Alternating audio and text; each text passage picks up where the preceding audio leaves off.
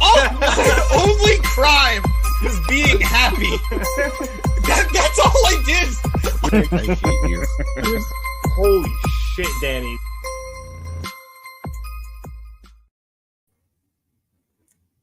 Hi, hey, hello, welcome to a Market Down production. My name is... No, excuse me, sir. Excuse me. Okay. It's just you and me tonight. Yeah. And typically when this happens, I let you have all the power. Okay. I let you have free reign over me. And today I've decided no more, or at least for today, no more. Huh? I am Danny Hernandez today. Well, and I'm going to be hosting today. And you, unfortunately, are James Gisanti. So sorry about that. It's a tough life. You'll learn to live with it. But we are the Market Down podcast. This is a Market Down production as we cover AEW Dynamite episode 201. Hey, hi, hello. Hello, everybody.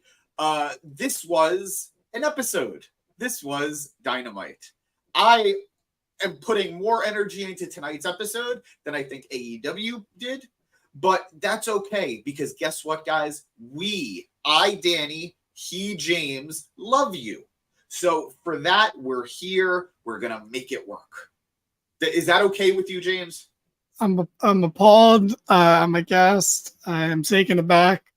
But I don't feel like I can do anything to stop it. So, yeah, I guess so. This is my grand plan. All of our fans love you.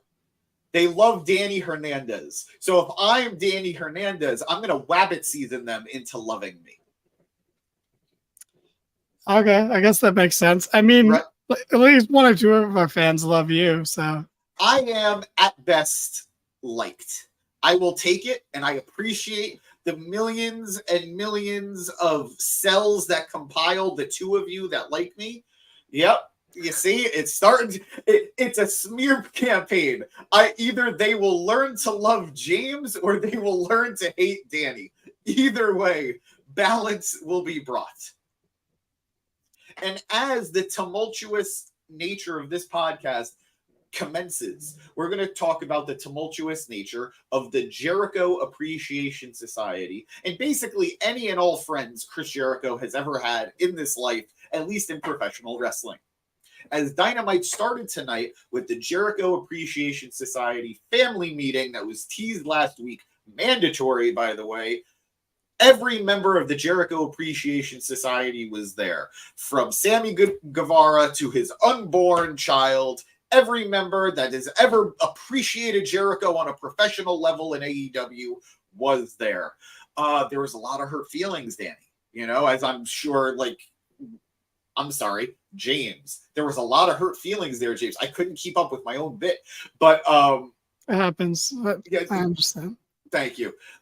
There was a lot of tension. There was a lot of frustration as Chris Jericho has been, wooed by Don Callis these last few weeks. As Don Callis is looking to expand the Don Callis family, he wants Chris Jericho.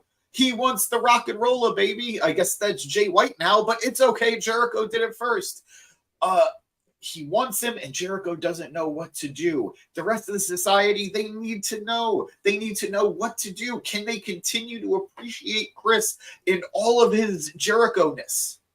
Well, first we hear from Danny Garcia. Danny, who changed everything about himself to stick with Jericho. He betrayed his hero, Bryan Danielson. He started dancing like a wind-up monkey toy. He did all of this for Chris, who can't even return the love back to Danny. And after pelvic thrusting his way in front of Jericho, takes off his shirt for some inexplicable Goldberg son-like reason and walks out. After that, Jake Hager cut the promo of his life, which still isn't saying much, but he did it. He strung words together that weren't just he liked that hat. He says he's known Jericho a long time. It doesn't matter. He's done appreciating Chris Jericho, and he liked that hat. He's done with it. He walks out too. Next come the ladies, AnnaJay and Ty Guevara. Now, is that it? Ty Guevara? No, it's Mello. Okay, she learned from her first husband not to take this husband's name. So after Jericho says, "Look at their careers and how they've skyrocketed," I couldn't even. The idea that Ty Mello and AnnaJay are in a better place now than before they joined the Jericho Appreciation Society, hilarious. The funniest thing Chris Jericho has done in wrestling since the list. Ty said she's going to have this baby, and when she comes back next year, she's going to make it on her own without Chris Jericho. AnnaJay's in the main event of tonight's Dynamite, taking on Hikaru Shida for the AEW Women's Championship, and she's going to do it without Chris Jericho. Both ladies leave. Boom, boom. Then comes Cool Hand Angelo Parker, saying that he loves being a sports entertainer. He loved bleeding for Chris Jericho during Blood and Guts, but that time is over, and if Jericho's not there for him, he's not there for Jericho. Next comes the beat. No, I know, as Danny Hernandez would always say, man, Matt Maynard really stole the show tonight. Matt Maynard with that emotional plea saying Jericho was his hero growing up and that he loved Jericho and he would do anything for Jericho. But there was one thing that always bothered him, that the guys he came up with, like Eddie Kingston and Kevin Steen, Kevin Owens to you WWE Universe maniacs, why did they hate his freaking guts? Now he gets it and he leaves. Finally, Sammy Guevara. Jericho asks Sammy for just a moment, just let him speak, but nah. Sammy slaps the microphone out of his hand, and he says, I've been with you since day one here in AEW. I've done a lot of things for you, things that I didn't necessarily want to do, like putting Sting through a table. I did it for you. I went from challenging for the AEW World Championship to doing your bidding, and I did it because I'm a loyal guy. And because I'm a loyal guy, I'm not leaving you, Chris. But until you figure out what you want to do, I'm not sticking around. Was Sammy loyal to his ex-fiance? We don't know. We'll never know. I'm not the inquirer. Who is Matt Maynard? You know, he's if the Rev was here, he would be able to do a great impersonation. Unfortunately, it's only I, Danny Hernandez, and James Gisanti here tonight, so we don't do impressions like that. But this was a segment, you know, like I'm going to complain about the same thing all night as we were talking about Dynamite tonight. AEW has had a bad habit of sort of dragging out storylines lately. And this was a storyline that I feel like this segment should have happened like a week or two ago. I don't know. Yeah, sure. Actually, it could have happened a week or two ago. It could have happened 2 months ago. It could happen 2 weeks from now. I actually really, really like this segment. It would have been fantastic if I cared about the story right now. What aspect don't you care about? Just like everything, for the most part. Like this was cool. Like that's why I'm like, this was a good segment, but I just really don't care because the group is overstayed its welcome, so it's for the best that they're breaking up, but it doesn't feel like you know, all like Garcia said in this promo, you know, he betrayed his hero for Chris. If he had just joined back then, you know, this group would have felt less stale probably because something would have changed. And I know you made a decent argument as to why he needed to stay. Or I guess I made a decent argument, but I was wrong.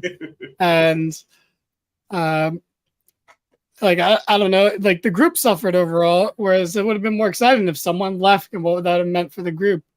But there's just like, cool. What's the point? It's Jericho, so we shoot on Jericho all the time, but I still trust him. He's still the man. He's still like, he's reliable, one of, if not the GOAT, you know. But I believe something interesting is coming from this. But until then, it's just like I said, I actually like this segment in a vacuum in and of itself. The overall story. Like, why do they care that much? Like, he's not abandoning them, really. If they were just like if they were just like, hey, that guy's an asshole, I don't think you should trust him, and then he was still trusting them, I could understand the friction. But like they're not doing that. I don't know. But I like this, like I said, I like the segment in and of itself, but story overall is pretty mid for me. And that's pretty fair. I feel that, and I've said this before, well, you've said this before very eloquently, that if this was still the inner circle, I think there'd be a little bit more of a gut punch, because that group actually felt like it mattered. They felt like a group of peers as opposed to just Jericho's lackeys. There really isn't any emotional component to this group that I'm supposed to care about, or at least I think I'm supposed to care about. But yeah, overall, I do agree with you. This was a good segment, and it kept the ball rolling. I kicked the can down the road a little bit further as we're getting closer to All In at Wembley Stadium. Just to address Eric Grissant, Eric Producer Boy, them breaking up a week after a Civil War tag team match made no sense. The only issue was that technically wasn't a Civil War tag team match. That was something set up by Callis to highlight what Jericho could be with Takeshita. It wasn't necessarily because of any tension amongst the Jericho Appreciation Society. But overall, I agree. The timing and the maneuvering of those segments could have been rejiggered a little bit. Moving on to what was Danny Hernandez's favorite match of the night, featuring two of his favorite wrestlers of all time. The Young Bucks took on the Hardys, Matt and Jeff. Danny Hernandez's personal hero, Jeff Hardy. I'm gonna pay for this later, I know, but I just gotta take advantage of it now. This was commentary really did a good job of hammering the fact that the Hardys and the Bucks have a rich history of some excellent matchups in the past. I would not put this singular match on the same level as any of those past matches. The Hardys aren't where they were at any point during any of those previous matches. And a lot of those other matches had either surprise elements or gimmicks involved. So it's a little unfair to compare. By the end, this became a super kick twist of fate party as we saw both teams just either spam or attempt to spam their finishers to get the 1, 2, 3. But alas, it was the Young Bucks as they pin Matt Hardy after a BTE trigger after multiple super kicks to Matt and Jeff, in which I think one really did catch Matt in right in the mouth. But fine showing between both men. James, what did you think of it? Well, as you know, I'm a sucker for both these teams. And I just want to say, oh man, I was just so happy to see my hero, my idol, my childhood hero, Jeff Hardy, wrestling on TV on Dynamite. I condone all of his actions and behavior. I don't think he's ever been wrong. I think he always does great things and is a role model to everybody. I hope my future kids grow up to be like him. And yeah, I just think he's just the most swell guy in the universe. And he has no red check marks on his ledger. He is clean as a whistle. As a whistle. And when he blows into them, they always come out clean. They always pass whatever test they're looking to pass. Absolutely. He doesn't do blow. He doesn't have any addictions. Maybe a gambling addiction. They don't really talk about that on TV, but maybe we don't know on that one. Jerry's out. But we can safely say good person, total role model there. Jeffrey Absolutely. Hardwick. Now well, did you have more to say about the match? Yeah,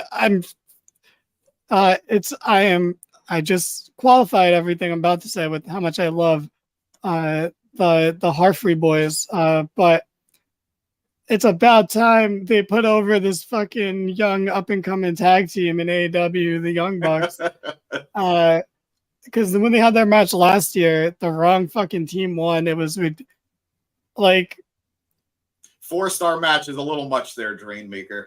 I love them, but the Hardys cannot go like they used to. You just said that earlier. I agree with you. As much as it pains me to say that, they can't go like they used to. But that being said, the more in like Dudley Boys territory when the Dudleys returned in like 2015, 2016, like they should just be losing to the teams of the time, like the way the Dudleys lost to like the New Day and the Usos and shit. Like that should be the role of the Hardys because they're just not believable. They're a step too slow in the ring.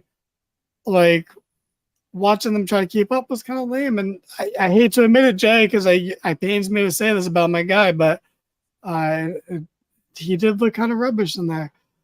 But I will say the highlight of the match by far was when Matt and Matt were in the ring and there was a duel in "Let's Go Matt, Let's Go Matt" chant by the crowd. They couldn't get it loud enough because it's a confusing fucking concept. But yeah, it was great though. Funny.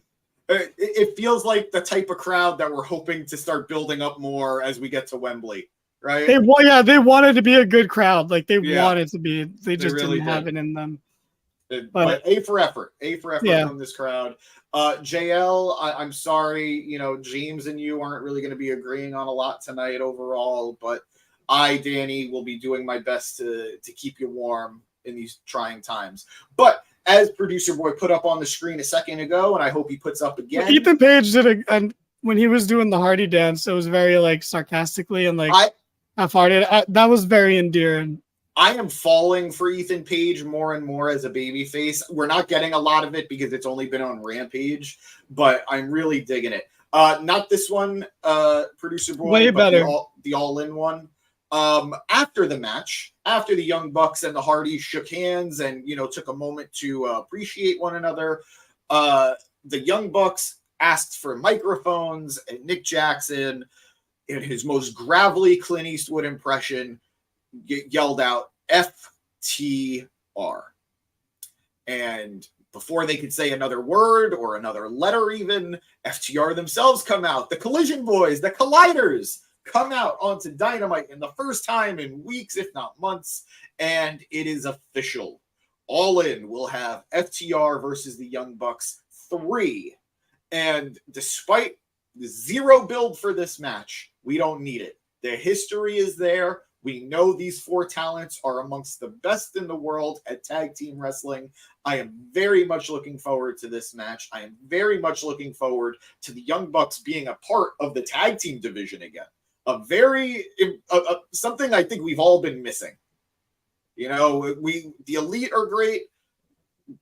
Not all of us agree on that, but overall, it's very nice to see the Young Bucks in the tag team division, and to go right into FTR, it feels we're starting All In right. Yeah, I hope they don't. Yeah, I hope they don't announce any other matches for the card. Oh, buddy, I'm sorry. I hope it's just the main event, and the women's fatal 4-way, and that's it. And that's the whole show. Well, unfortunately, tonight squashed that dream of yours a little bit, as we had a couple more announced. Wait a minute, Bucks and FTR, why are MJF and Cole challenging? Oh my God, we'll get to that. I want to complain about that, but also Jay, have fun, man. That's awesome. Maybe Braun will debut. That'd be badass if Braun got his call up on SmackDown. But yeah, have a good time. I'm more of a Raw guy, but it's awesome. Live shows are just always fun. Like even if they're not great, it's still a fun time. So have a good time, get caught up in the environment, start some cool chants, have a blast. Absolutely. Yeah. Cool. Yeah, we're all excited for this match. It's probably, it could easily be match of the night. I'm sure we'll get more contenders announced in the next 2 weeks, but this is the front runner right now. Absolutely. Moving on to our next match of the night, our first title match of the night as the FTW champion. Is it FTW World Championship or is it just FTW Championship? I think it's just FTW because the world is in the FTW. See, I thought so too. I remember once upon a time they put world in and it was like hearing ATM machine. But regardless, FTW champion Jack Perry defended against probably his best opponent or his best challenger to date, Rob Van Dam. Rob Van Dam, who I won't lie, I'm going to be eating some crow here tonight, guys. I was very impressed with how fluid RVD looked. He when he hit surprised me. when he hit the spinning leg drop, so Jungle Boy on the barricade, I was like, ah, man, some things just don't change, and it's fucking It's great. true. Like, We were all a little jaded last week, right? yeah, we were trepidatious to say the least. Fairly so. Yeah, we were worried.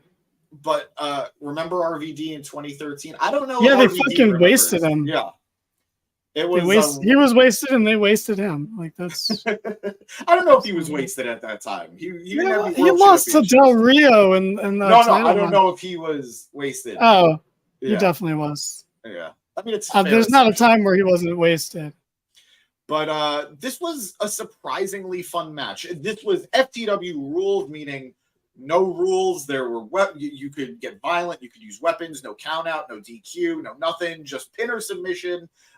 This was better than I was willing to expect it to be, and I'm very happy to see RVD competing at this level. I would love to see I agree. That was an amazing moment as the crowd really ate up RVD's ECW theme. I would love to see RVD stick around. I don't need to see him on a weekly basis. I don't need to see him wrestling, on Dynamite, but I would love to see RVD is All Elite, and I would love to see him pop up on the shows every once in a while. If he could go the way he went tonight, I would love to see more of him. Yeah, what do you think? I agree. I'm on the same page. It was really crisp, and it really helped that the crowd was into it. Because if let's say I watched this match with no volume, I would have been bored as hell. But like, oh yeah, this. Oh my god, he hit it perfectly. That looks so painful. Yep. Oh, Perry gotta, sold it like death. And even just the sound when he made contact was perfect, top notch. But yeah, the crowd being into it and RVD still being able to hit his spots crisply. Made this a very entertaining watch. Good stuff, honestly. And as much as it pains us here at the Mark It Down podcast to give the flowers to that don't go that far. Well, we got to give credit where credit's due. I see. Yeah, we just gave it to RVD. What more do you want? Today and today only, Danny Hernandez is going to say he's. I'm ruining the brand. Danny Hernandez is appreciating Jack Perry's progress as a heel. I'm just gonna say I think that maybe you did a little too much of what RVD did before his match, and that's why you're saying that, because I get it, because it does make you cooler that you do that, because it's a cool thing to do. Unless you're a kid, because everything you do as a kid is lame. So, don't bother. But I think that's skewing your opinion on things here. I do think he looked good in Jerry Lynn's colors. I think that outfit looked good on him tonight. The beard, the hair, and the outfit. I think it's coming together for him, little by little. I mean, I think the presentation of the show and overall is coming together. I think he's a lost cause, but do you think he'd be fixed if he had a mouthpiece? Do you think if somebody was cutting his promos for him, he'd be doing better? Do you want me to answer this one in or out of character? In character. Out of character. Out of character. Out of character? No. Okay. All right, fair. Do you want me to answer it in character? Why not? Hell no. I don't really know what I was expecting, but I wasn't disappointed. But back to the match. Chairs, as you saw, that twisted heel kick, great stuff between both men. Fun spot where Jack Perry tried doing the Rolling Thunder onto RVD, who countered it, and then RVD himself hits it. Lots of violence in this match, ultimately ending with a crazy spot that ended with the chair being stuck on the ropes and knocking the shit out of the referee. RVD hits the 5-star frog splash. It looked nasty, and he gets the 1, 2, 3. He gets the pin. 4, 5, 6, 7, 8, 9, 10. Every number you could think of, and even some colors too. Unfortunately, though, there was no referee to count it. Aubrey runs down as fast as she can. 1, 2. That's it. She couldn't get the 3 because too much time had passed. As Rob is confronting her about that awful count and how dare she be so awful at counting as a referee, Perry hits him with the low blow, rams his head into the chair propped in the corner, and then rolls him up. 1, 2, 3. FTW championship retained.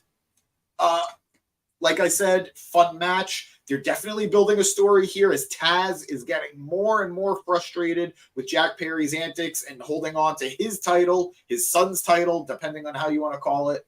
I'm still kind of surprised this wasn't the all-in match.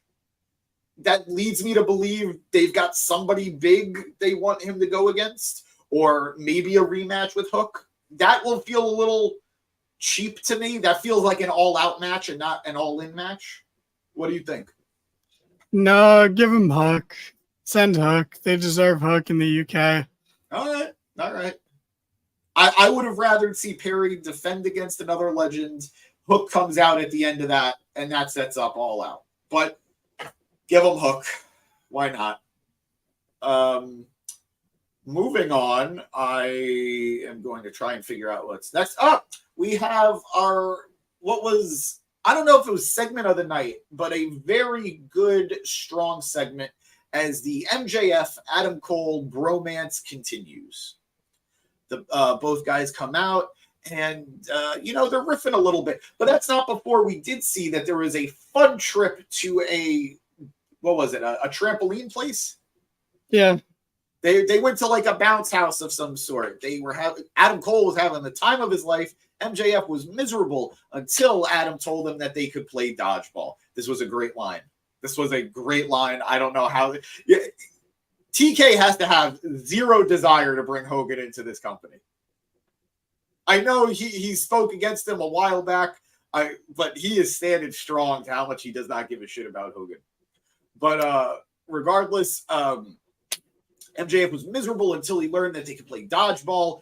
And what followed was a beautiful, beautiful segment, a beautiful montage of MJF just wailing on small children with his balls, just whacking them all over with his balls, in the face, in the stomach, just knocking them out.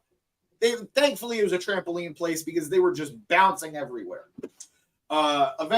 We fast forward. Both men are in the ring. Great stuff. They're enjoying each other's friendship. They're enjoying each other's time. MJF cutting a hilarious bit where he talks about how he said there might be some footage of him saying in the past that the Midwest sucks, but he's here to say that his favorite place in the United States, God help him, God strike him down if he's lying, the Midwest. The fact that Cole sold it too was hilarious. Both men just ecstatic that he didn't get struck by lightning. Hey man, they've seen that pay-per-view in 2006, man. Shawn Michaels and God versus the McMahons. they were ready. They're marks for God. Or in MJF's case, Yahweh. They didn't know if there's going to be a surprise debut, coming in. But carry on. Surprise debut. That was good, James. As they're talking, MJF thinks that Adam wants to have a good old promo battle as they're going into All In. After Cole said that he was going to beat MJF for the title, MJF just starts ripping into Cole physically, mentally, literally about Adam Cole's brain issues. Everything you think he could rip on, he did until Cole angrily tells him to stop. That's not what he wanted to do. Instead, he had a proposal for something else. He knows it. MJF knows it. The crowd knows it. They love seeing Better Than You, baby, as a tag team, and it still kills them that they couldn't successfully go for the AEW tag team titles. So Adam Cole's proposition is instead, let's go for the Ring of Honor tag team titles. The only Ring of Honor title that has eluded Adam Cole in his entire career. I thought this was an excellent spot. MJF flabbergasted at the aspect of not only being asked to wrestle once a night, but twice a night. Great bit. Lots of consistency there with MJF. But he said it. He's a sucker for a cheap pop. Let's do it. We have Better Than You, baby, issuing the challenge to Aussie Open for the Ring of Honor tag team titles on the pre-show to All In, 0 hour. Out comes a screaming, upset, belligerent Roderick Strong, who is inexplicably still in a neck brace after just what was a regular match with Samoa Joe. Not great, dude.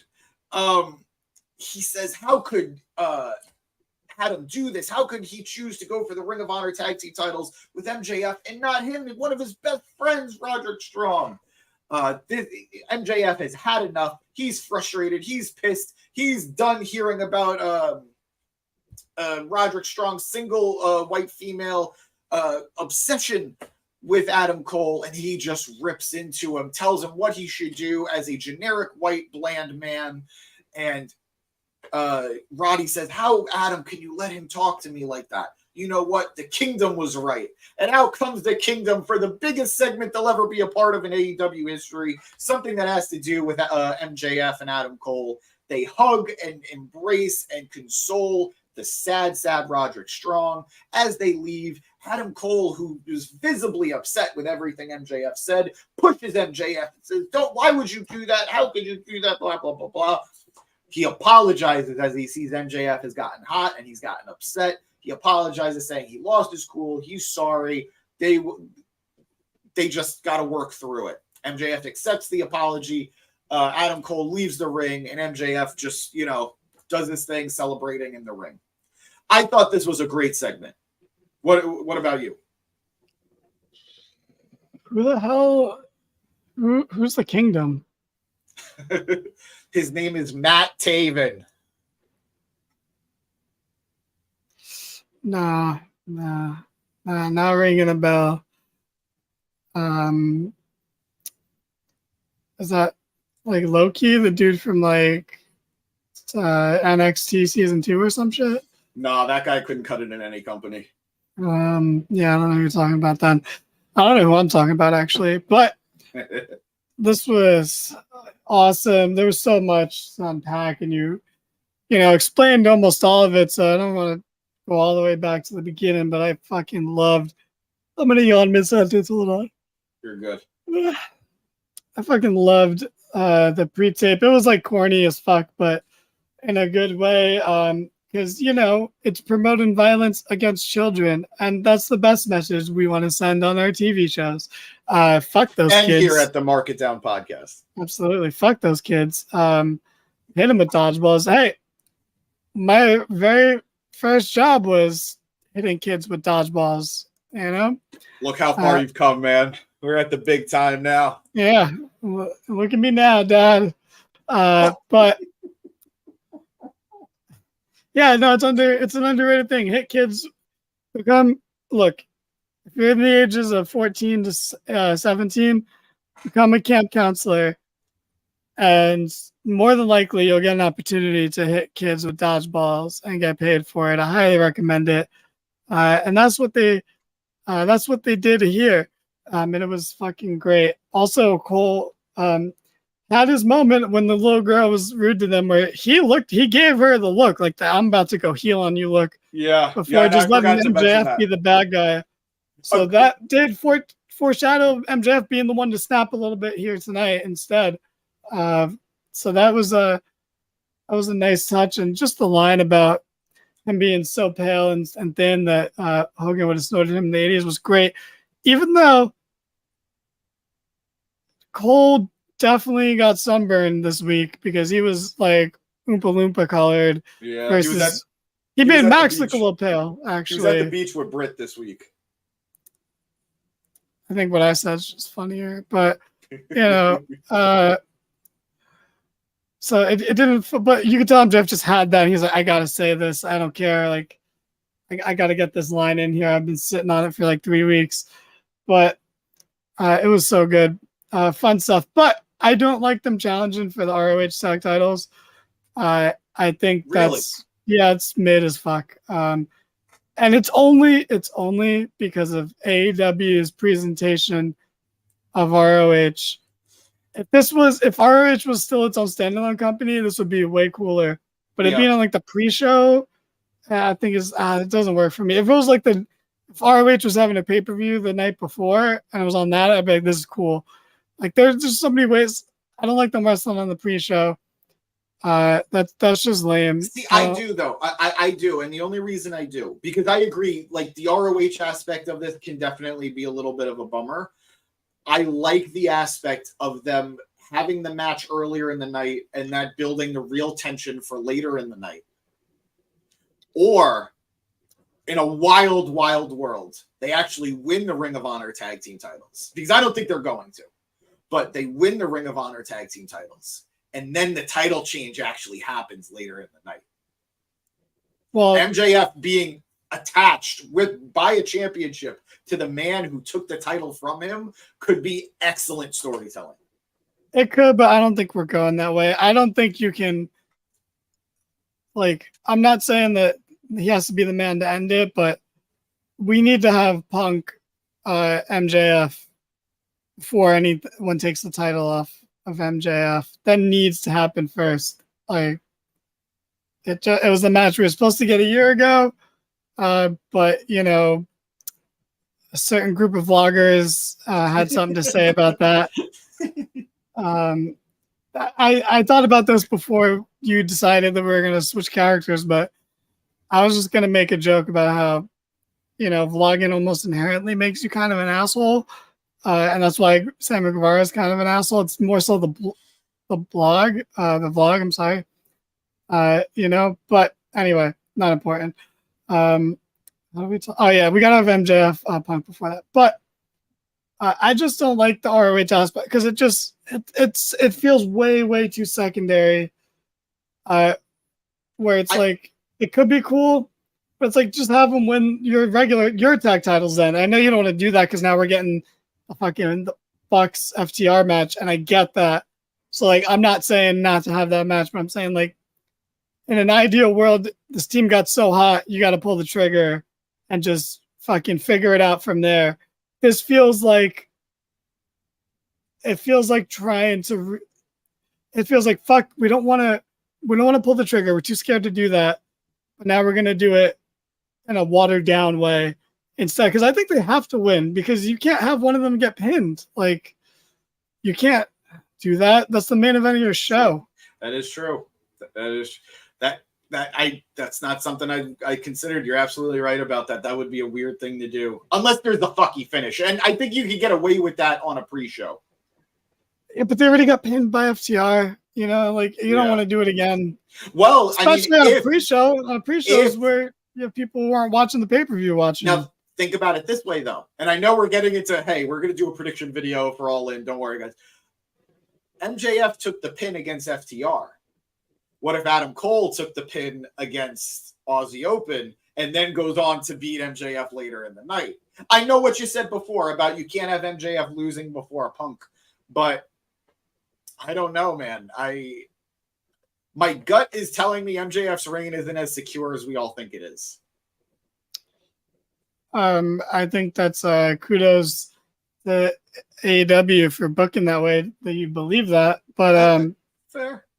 I'm just not a fan of the because it feels like the World Heavyweight title on Raw. It feels like the consolation prize, which is weird because they're fighting for a more important prize. So like they don't need the consolation prize right now. But I thought they were gonna say we're gonna challenge the winner of FTR Bucks, because then if no matter who won, it would be interesting because we either got a rematch of that fantastic fucking match, or we got Cole facing the Bucks, which would have been interesting too. Yeah, that would have been good.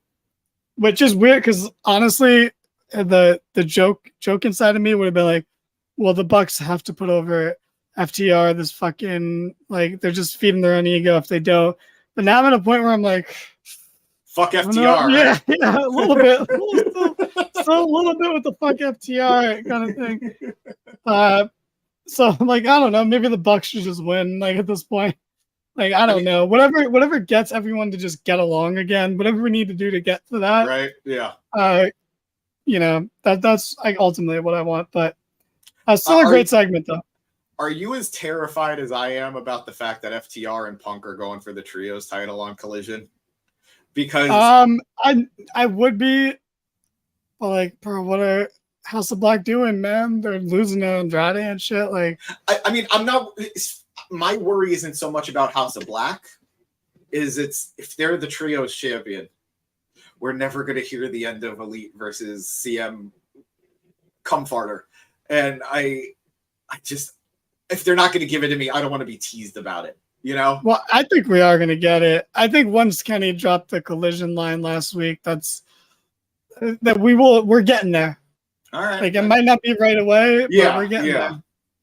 But yeah, I am more conflicted about this than I was when I watched it. I was very hyped about it when I watched it. I'm still hyped about it, but I am now more aware of all of the pitfalls that we could be hitting with this. One thing I will say, I do think we need to be prepared that there is going to be just as much Ring of Honor on this show as AEW. I don't think it's going to be a full AEW show. I am of the belief, and we're going to get into it after this match that we're about to talk about next. I believe Claudio is going to be defending the Ring of Honor World title at All In. I mean, I'm not going to complain about getting a Claudio singles match, so I won't, but we also don't need fucking 15 matches on the card. There's a perfectly fine middle ground between Tony Khan and Triple H where you just don't cut your fucking some of your top stars off the card, but you still have a fucking stacked card. Like, whatever. Fuck Triple H. fuck Triple H making a petty fucking making a comment on one of your top stars. His comments in the press conference, like, bro, fuck you. You have no right. Would you have accepted your match being cut from SummerSlam for Raw 2 weeks later? No. So fuck you, dude. Like, oh my, Rhea Ripley complained. You didn't take a jab at her in it. Trish Stratus complained. That's because Rhea is actually one of his kids. Becky was at like a weird NXT time for him where it was very clear she was the fourth horsewoman by association in NXT. His girls were Sasha, Charlotte, and Bayley. No, his girls were Sasha and Bayley. I also Charlotte was Vince's girl. In NXT, he put the NXT title on her and made her look dominant. Yeah, because they had to set her up because she was always earmarked for her fucking role. It's not like, I mean, I don't think he disliked her. I'm just saying he didn't have the same love for Charlotte that he did for Sasha and Bayley. Like, not even close. Maybe. No, there's a tier. Like, Charlotte's above Becky in his eyes, but Sasha and Bayley were like, I don't know. You gotta remember, Charlotte is his Make-A-Wish dad's kid. You know, if he could have replaced his biological dad with Ric Flair, he would have. Oh, dude, yeah, we are being worked here, but like, because it wouldn't have been on TV, the Lemonade shit. But like, also Triple H is a petty person, so like, yeah, you know. Also, that doesn't uncut the match from the card, bro. And unless the shit main events with no commercials, which is not gonna, like, if this match is on in the middle of the show on Monday, then we weren't worked. You're just a shitty dude, bro. Like, it means nothing then. It has to at least the main event. If you're gonna push it back 2 weeks to be in Canada, then it should main event the show, right? Because Trish was the first woman to main event Raw, you know, with lead up, but you know, then you got to do it. But anyway, no, see, that's the thing. If they do main event, they're going to get time. They're not going to have the fucking AEW women's main event because it's a match that should main event a show as opposed to just putting a women's match for the sake of it, which is something WWE might have done in the past, but it's something that AEW has only progressed to this point where they're only putting in the women in the main event as a like fucking publicity statement after the flack they've taken for forever, but recently especially. But anyway, moving back on, I guess. I don't really care about anything else that happened on the show. So like, do you want to call it a night? Or I mean, I just hyped up the fact that I think this next match has all-in implications. So at the very least, I got to cover this one. Can we breeze through it? Is it the tag match? It is the tag match. As the I just talk about the finish. We don't like the finish is what's important here because that was cool. The Lucha Bros took on the Blackpool Combat Club in a, you know, I feel like I've been seeing Moxley feuding with both brothers since before AEW was even a company at this point. It's a little exhausting because it always has to do with somebody taking off Penta's mask. At this point, Penta, just paint your entire face. Let that be your mask. This was a fun back and forth match for the most part. The finish came when Wheeler Yuta grabbed what's his name again? Alex Alex. Abrahantes, yeah. Wheeler Yuta grabs Alex Abrahantes as the Lucha Bros are getting ready to hit their finisher on Moxley. Phoenix instead goes after Yuta to protect their man, and that opens up the door for Claudio to come in, steal Penta's mask, allowing Moxley to roll him up, get the 1-2-3 while holding the tights, something that Danny Hernandez has gone on record as saying he doesn't think is cheating, but James Gisanti does. It's very confusing. I don't know who we are anymore, but When have I ever said that? You've said that you don't consider it like it. Danny has said that holding the tights is barely cheating anymore. Oh yeah, it's because it's so watered down. Yeah. Okay. Yeah. After the match, all three men of Blackpool Combat Club continue their beatdown on the Lucha Bros as Claudio takes the mask and puts it on himself. Damn. Anyway, before James has an aneurysm, fine match. Again, the Lucha Bros just feel like they're always there to push other people's stories, and it's really watered them down. It's really devalued them. And going back, as I said, Claudio mocked Penta and took his mask, wore it on the way out, and I have to believe that setting up him versus Eddie Kingston, who will be back for All In after we're about to finish his stints in the G1 in New Japan Pro Wrestling. So unfinished business between Eddie and Claudio that was abruptly ended by his excursion to Japan. And I have a feeling that's going to be our ROH match. The only way I could see it not being is if Eddie challenges Moxley instead, but I don't know if that's the way they go. Moxley needs a match for All In. You can't not have him on the card, but I don't know. So I was thinking it would be Eddie versus Moxley and Claudio versus Pac, because didn't Claudio injure Pac kayfabe? Yeah. Well, no, not kayfabe. Actually, all right. Pac is legitimately hurt, but the kayfabe is Claudio hurt him. But how long is he out for? Supposedly he's missing Wembley. Okay, that's supposedly. We'll fucking tragic. Because so then I guess you do the Eddie stuff. But what I was gonna say is, do you ever watch the Pete Holmes Batman sketches? Yeah, I love them. You ever see the one where he makes fun of Superman for asking to team up with them? Yeah. And then Gordon comes out and he's like, "Yeah, what kind of we all know you're Clark Kent. It doesn't take a genius to figure it out. What kind of disguise his glasses?" And the guy Gordon takes off his glasses, and then Batman's like, "Oh, where'd you go? Who's that?" when Claudio put on Penta's mask, I was like, "Who the fuck is this luchador in the ring right now? What the fuck?" I was like, "Oh fuck!" I was like, "That was so cool." Claudio looks so badass in that mask. It really popped me very, very hard. So I enjoyed it for that alone. That was amazing. And your story, your anecdote made it better. Producer Boy did bring up a good point here. Moxley can still just have Cassidy. Oh, yeah, that's right. I forgot because it was on the fucking show. That's why this episode sucked. Yeah. Holy shit. I just remembered. It's because the best people weren't on it. Okay. No, the best friends, actually. Sure, they are the best people, though. Except Tranny's dick, but... So, yeah, I don't think we're going to get I don't think we're going to get a trios match, but I do think we're going to get Moxley versus Orange, and that I think does open up for Claudio defending against Eddie. Well, I think we might get a trios match, because, again, that's a good way to condense it. You don't need to have the Eddie, or maybe it's Eddie and Orange Cassidy versus Mox and Claudio. That would be something.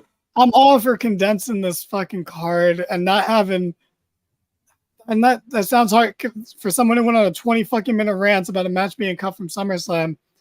Well, you weren't upset about the match. You were upset about the people, and I think that still applies here. You want to see these people on the card, just not necessarily have 2 or 3 separate matches. You can have them all in one match, which I think is a fair point.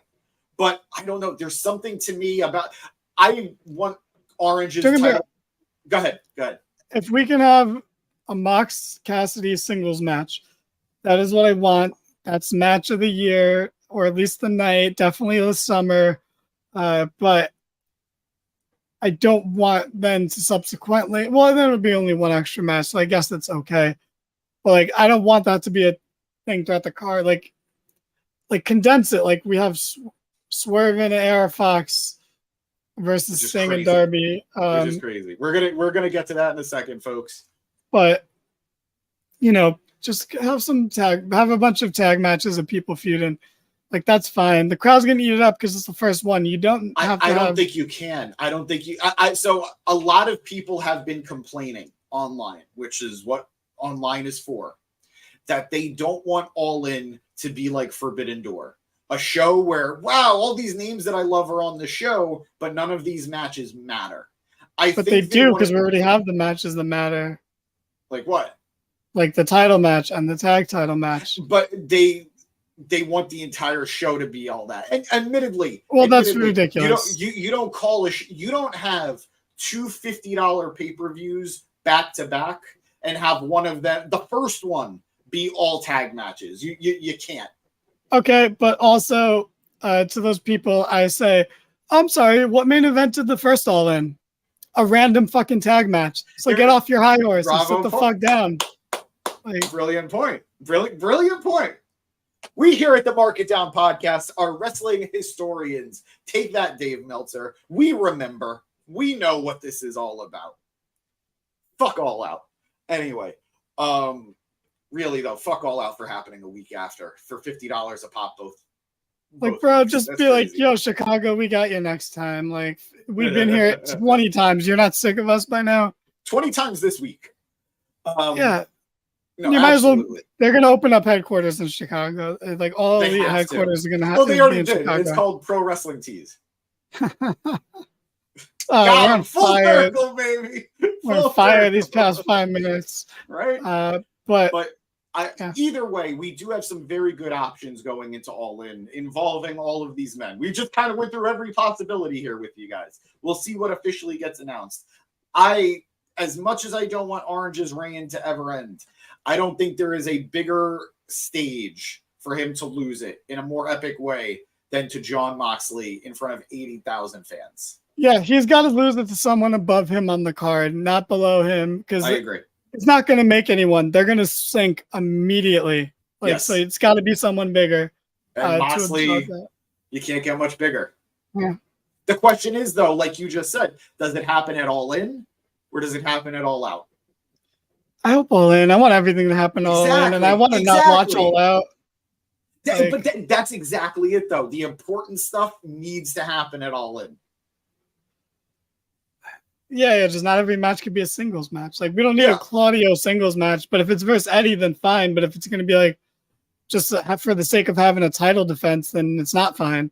Yeah. But if it's meaningful, I think Moxley is going to take the international title, and I think Claudio's finally going to drop the ROH title. Yeah, maybe. I think that way BCC stays balanced with only one championship. But we spent a lot of time on this.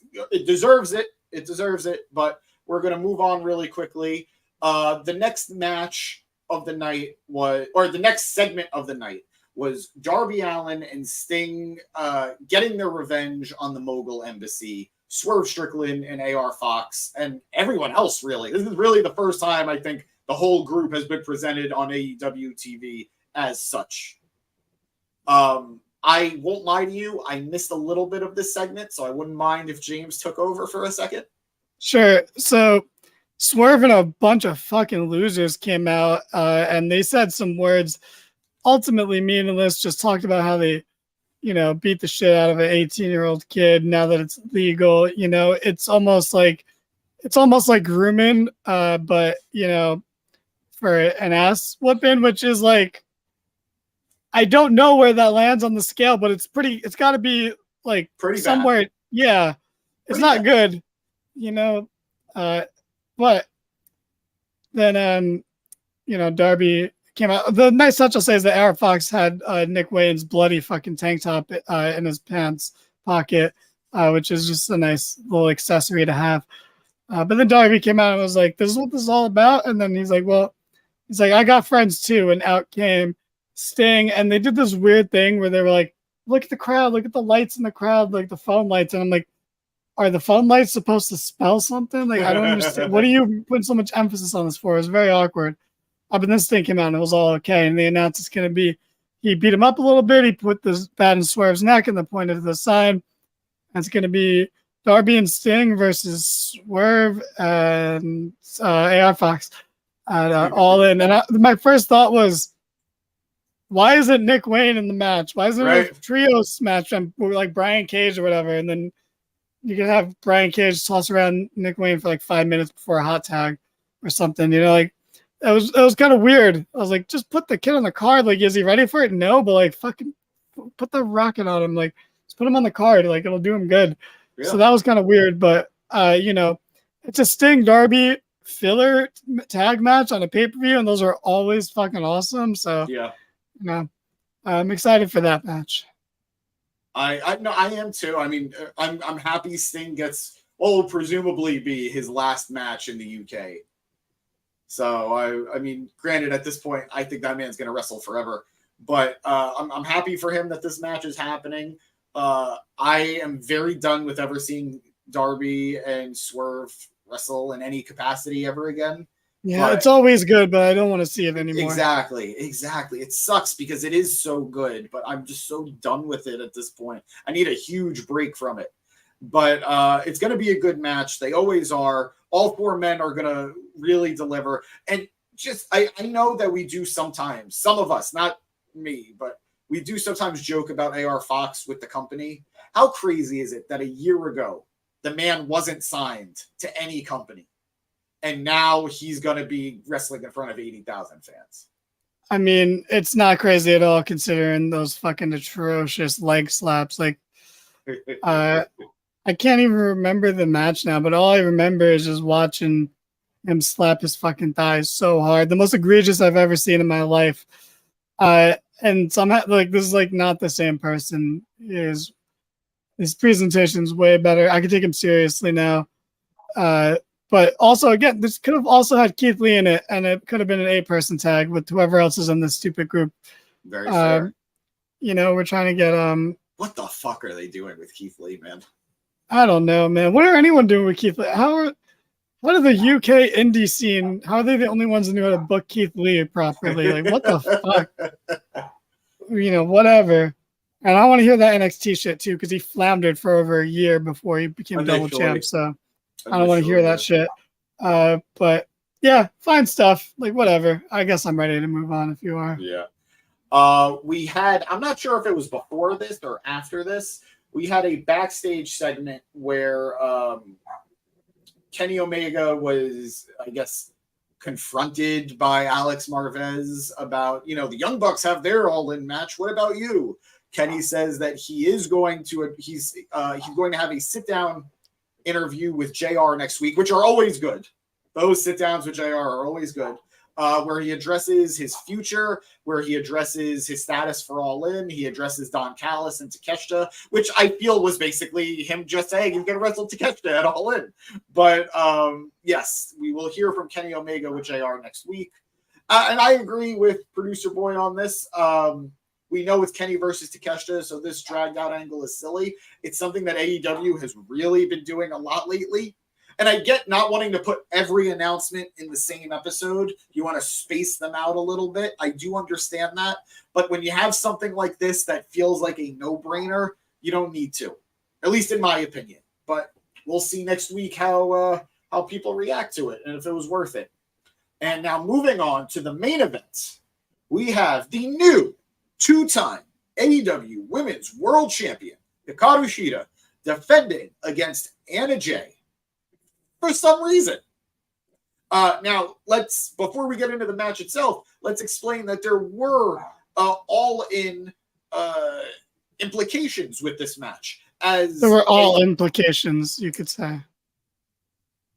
That was good. But let me explain this because it's dumb. Okay. So they're gonna have a fatal 4-way at the pay-per-view because you think you're getting a singles match, women?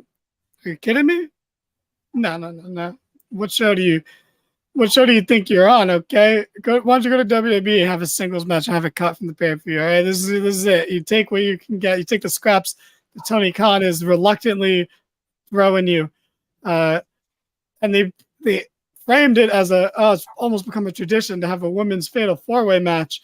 So we're gonna have one at All In instead of just having Saraya have a fucking singles match because it's so fucking easy. Like holy shit. And it's gonna be Tony gets a bye because she has an automatic rematch, and she's just gonna use it to get into a multi-person match, which makes her look a little dumb, but whatever. Wrestling. Then we have Sky Blue versus Saraya on Rampage, which I assume Saraya has won by now, to get in.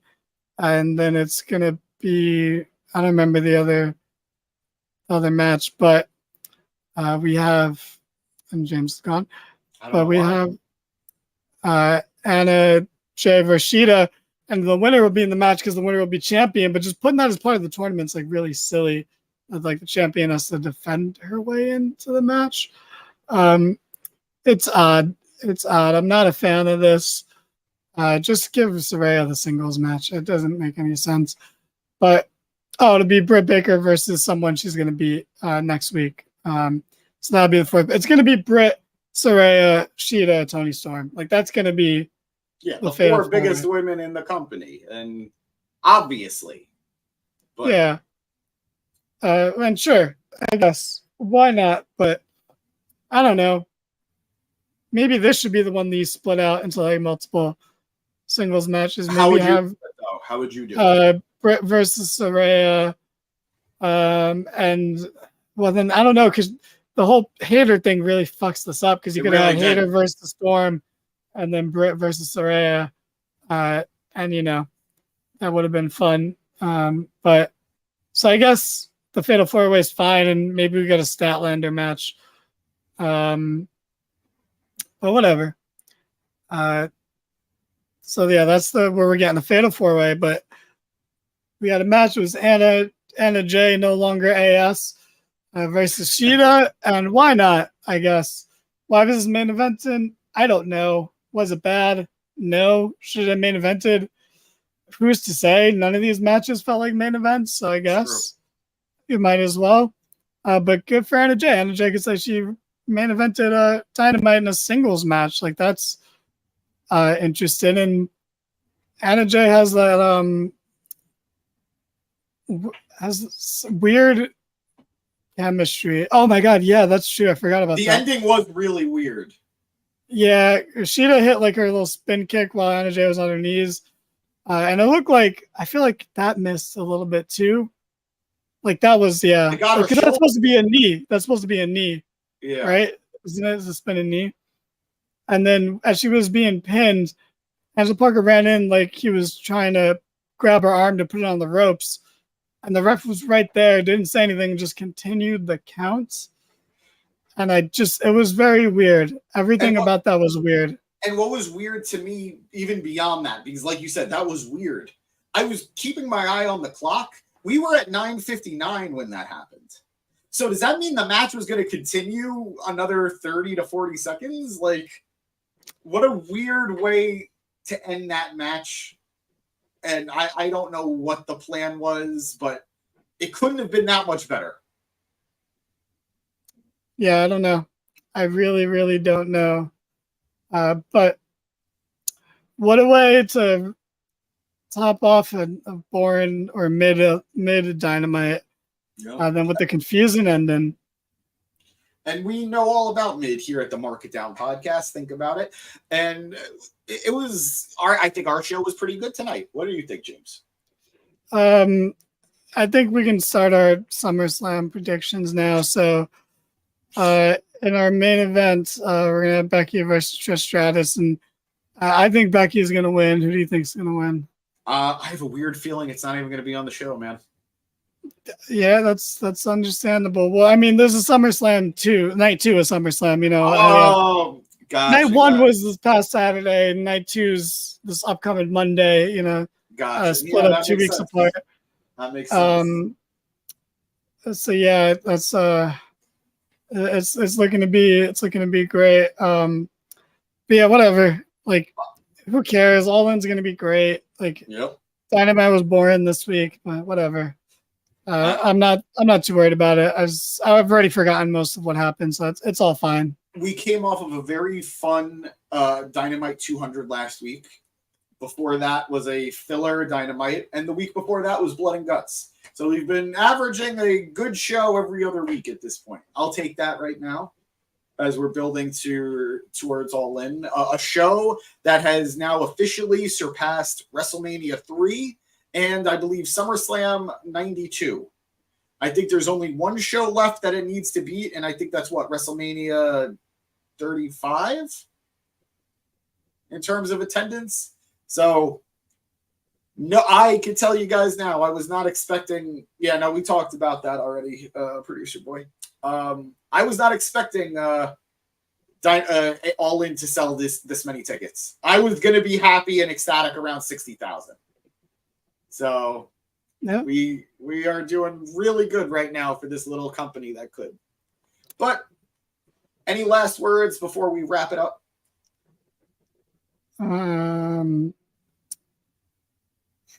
When life gives you lemons, you make do. Mountain Dew? Gross. I'm not even a limeade guy. I don't have a whole story. But, ladies and gentlemen, thank you for joining us here at the Mark It Down podcast. We had a great night being with you. We love you. We appreciate you. If you love and appreciate us, check out our socials. They're down below, I think. I don't know. I didn't put them there, but somebody did. We have everything. Please be friends with us everywhere you can. We need you. We really do. I am Danny Hernandez, joined by the beautiful James Gisanti. Thank you again, and please don't forget to mark it down.